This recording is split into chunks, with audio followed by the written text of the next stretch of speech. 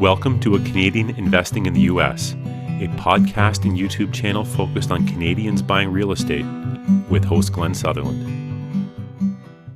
Welcome to a new episode of A Canadian Investing in the U.S. with Glenn Sutherland. This week, my guest is Neil McCullagh. Neil, you want to give everybody a bit of an intro to yourself and we'll get to topics. Thanks, Glenn. Appreciate it. My name is Neil McCullagh. I'm the president of Olympia Currency and Global Payments, Inc. Previously, I was the executive vice president of Olympia Trust Company, running our currency and global payments division. So we've just gone through a corporate restructuring.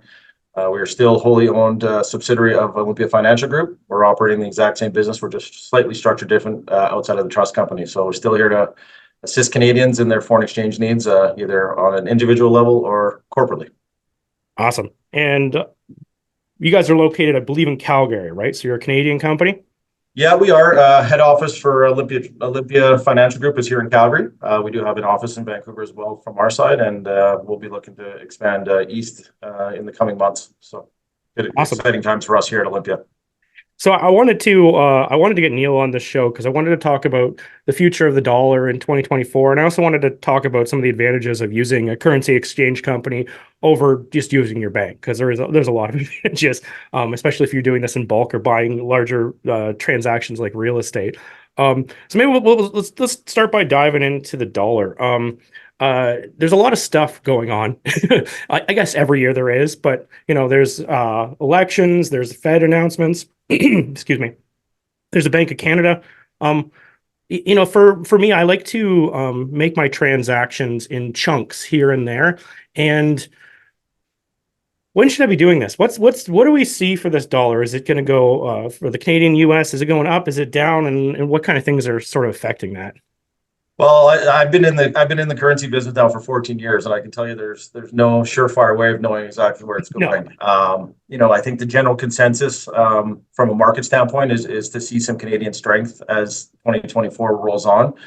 Obviously, the big news is obviously how the economies are running right now, and both here in Canada and south of the border, there are concerns over inflation, and obviously we've seen interest rates, reach pretty big highs from what we've been accustomed to the last couple of years. And that's obviously impacted the price of the Canadian dollar versus the US dollar. So I think what we're anticipating, we obviously had the Fed chair yesterday, kind of set a tone that no rate cuts are imminent. So it's kind of going to be who kind of blinks first to see where the spike comes, whether it's the CAD that spikes first because Canada ends up cutting rates before the US. But again, I think the general consensus, if you look at kind of the forecast and you look at, people that are out there forecasting for either the big five here in Canada or some of the bigger banks in the States, we are seeing a strengthening Canadian dollar between now and say December of this year. Okay. Which means I should be moving my money back now. But it's interesting. Like to prep for this podcast, I went and read a lot of articles, and nobody knows. Like literally every single person I talked to or saw from Canadian side or CNN or whatever on either side, there's really no surefire way to know what's going on.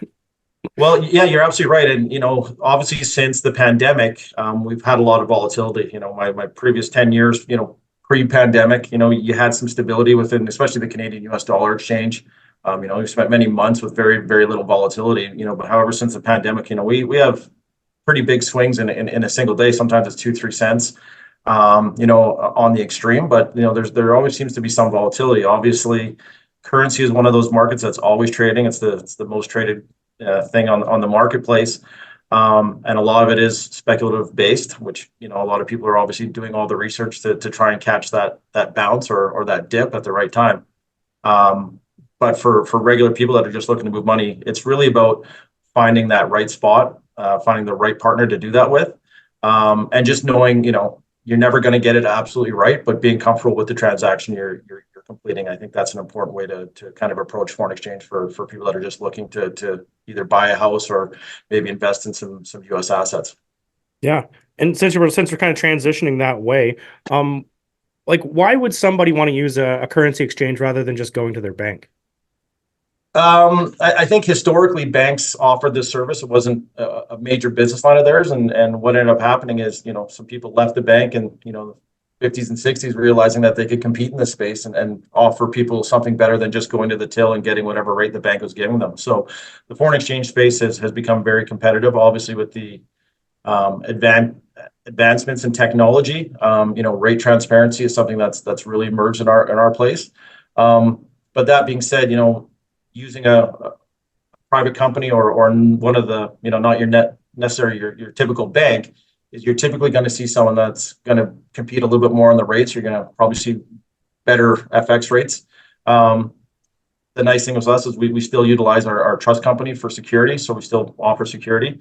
But the big thing is you're going to be a bit more service. You're not just going to go to the bank and exchange when you need to. If you work with someone like Olympia, we'll work with you to understand the timing of your transaction and work with you to try and maximize the value of that transaction from trying to get that rate as best as we can and work with you on that. So a bit of that personalized service and understanding our client is really important for us. Yeah, and I know this is going to vary all the time, but what I've found in the past is whenever I use an exchange company, that the price is at least as good as the bank and usually better than the bank. So as like you want to build a system, you want to find something repeatable. I want to be at least the same or better. Yeah. That's it, and that's what we can offer. We obviously know where the banks are at, and we compete with them every day in that space. But again, I think it's really important that a lot of times people will look at the rate as of right now and try and figure that out. But a lot of times you can actually do yourself a lot of favors by timing the market a little bit better, knowing what's coming up. Maybe knowing when to make a transaction or when things are starting to maybe move against your position is to lock something in to prevent any losses. So that's where the team here at Olympia, they work with our clients one-on-one, and we try and develop a rapport and an understanding of what the client's trying to achieve, whether that's on a business side or if it's an individual that's looking to maybe acquire property or invest in some US assets. Yeah, and so if they were trying to do like a timing approach, he didn't need the money right now, and you could wait. I guess this is what's popping in my head. You kind of look at when the Bank of Canada is going to announce rates, look at when the Fed is going to announce rates, and just do your research, try and do your best guess at which way it's going to go. Yeah, that's it. And the one thing about currency is even though when all the fundamentals are pointing in one direction, sometimes it goes the other way. And there's so many things that impact the currency markets. Weather, geopolitical, things that are happening over in Europe, whether it's wars in Ukraine or conflict in Israel. Those things all are going to have an impact on the world economy, and that's going to have a reaction. So Canada being a commodity-based company, obviously oil is still very important in the valuation of the dollar. So there's lots of factors that can contribute to what might happen with the Canadian dollar in any given day. So, it is a bit like gambling. If people are, there are people that are out there that speculate and try and time the market, and it is again 14 years. I wouldn't put my own money in and be gambling my own money on currency exchange. So. No, but if you have, for me, like where I live in Canada and earn in the US dollar, I don't need to be fully gambling, but I want to exchange money at the more optimum times than less optimum times. Yeah, and I think there's tools that it's important for clients to know. You don't necessarily have to just use spot transactions. There are things you can book, forward contracts at a future value date using, today's rate and, Oh, you can do that, like sort of like when you're doing like stocks, eh? Yeah. So if you for example, if you knew that you were going to receive, $20,000 on June 30th, we could book you into a contract to sell the $20,000 on June 20th using today's rate. That gives clients cost certainty. So they're not sitting there waiting, wondering what's going to happen between now and the 30th. So we use that as a tool. Again, it's a risk mitigation tool. So it basically gives you certainty. Now, obviously, some people like to play on the market a bit more and hopefully get a better rate, but we will use contracts to give clients a cost certainty. So that's really valuable if you know that you've got a certain number and you can't go outside of those parameters, and you can't risk that. So a lot of times we'll help clients with that, for example, on a house build. So if they're building a house, they know what the actual house is going to be. They have a certain amount of Canadian dollars they need to transfer down to acquire, and they need it at a certain rate. We can lock them into that and give them that comfort so that they know that they're not exposed to the market, and all of a sudden they need to come up with another $5,000 on a house at closing. And like I know a lot about lending. So when you're saying being able to book that at a future price, it makes me think that like whenever risk changes, so does the reward. It's usually a teeter-totter for everything. You get something, you take something. So if I was guessing, man, I'm guessing if you're going to book this farther ahead, you wouldn't get as good of interest rate as if you were doing it like today, right? Hello, everybody. Thanks for listening to the podcast. I just wanted to let you know that I've created a new coaching program. I believe the new coaching program has way more value than any of the programs that have even existed in the past. What we've done is pre-recorded all the lessons so that you can work through it at your own pace, which is pretty cool. And then we're going to meet up on a regular basis to answer the questions, do deal analysis, and actually spend our time together working on things instead of spending our time learning things. I think this will make a seamless transition to buying in the United States and will help you solve a lot of your problems. If this is of interest to you, go to glensutherland.com/coaching. I hope to help you guys invest in the United States, and I hope we provide as much value as possible. Back to the podcast. The exchange rate, it really depends on the differential between the two currencies. Yeah. The interest rates of the two countries that are involved. So if we're looking at the US and Canada, the rate will vary based on what the forecast look like as well. So depending on 3, 6, 9, there is a standardized curve that all the banks use and we use as well to manage and mitigate that risk. But with these contracts, it's basically a agreed upon contract now. And the way we maintain our securities, we will take margin on that. So typically a 5% margin, and we just protect and hold that against that. So if the rate moves against that, we will do margin calls to make sure that that position is covered. But ultimately, the client knows exactly what they bought, when it's deliverable. There is some flexibility with open periods of 30, 60 days at the back end as well.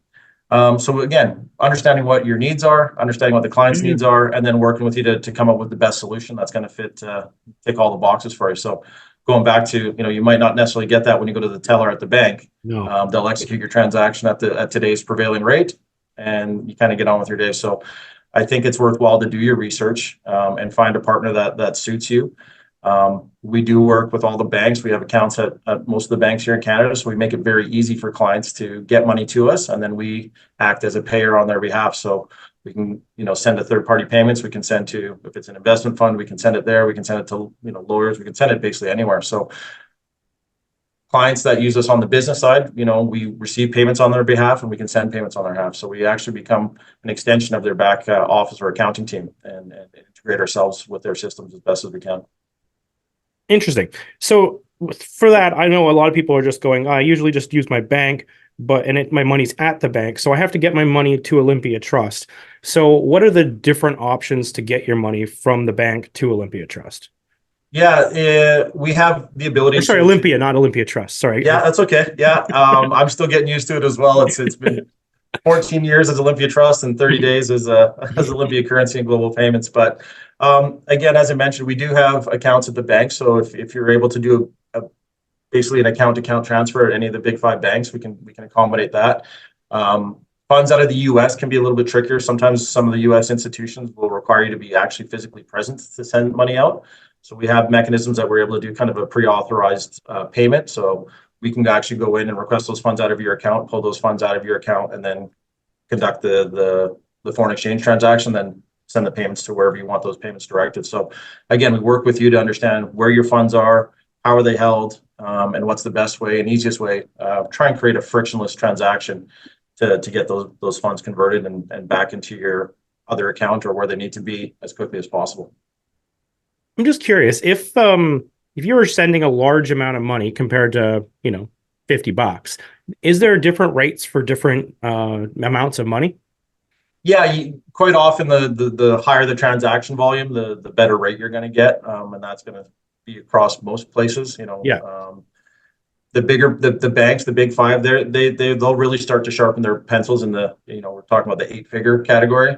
So we have a sweet spot in that 7-figure and below. The banks don't necessarily always compete in that space, but we always try and make sure that we give very appropriate rates to our clients based on what are the requirements.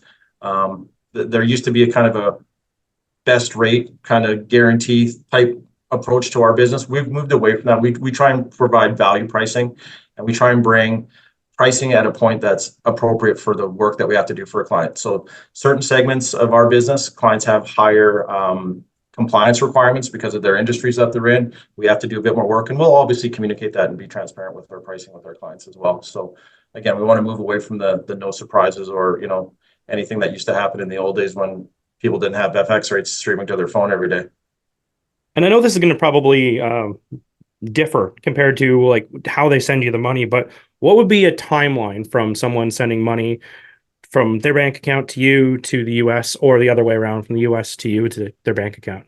Yeah, if we initiated a transaction, if we had, obviously the client fully onboarded, typically onboarding takes, maybe an hour or two, depending on timing. But once the client's onboarded and they want to conduct a transaction, if we receive the client's funds in the morning, we'll have them out that day. So we can easily do same day settlement.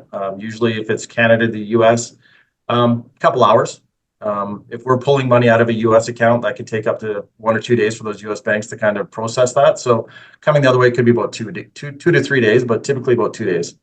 Okay. And then whenever you're, say, putting it into the US account from Olympia, is that being sent through a wire or a direct deposit, or how's that sort of Yeah, go? we typically will wire. The reason for that is just the speed of it. So that wire will be delivered. It also gives us the opportunity to give the client, a wire transaction, so they can actually have documentation that traces where the funds are. So more often than not, we will send by wire. However, some clients aren't in a rush to have funds, and it, maybe cheaper for them to deposit, via direct deposit, things like that. So again, every client is unique, and we treat each client as a unique client. We don't try and pigeonhole anyone into any boxes. So again, so is there like a wire fee on top of the the transaction fee? Yeah, again, it can be, and it depends on the size of the transaction, timing of the transaction. All those things will kind of come into play. Yep.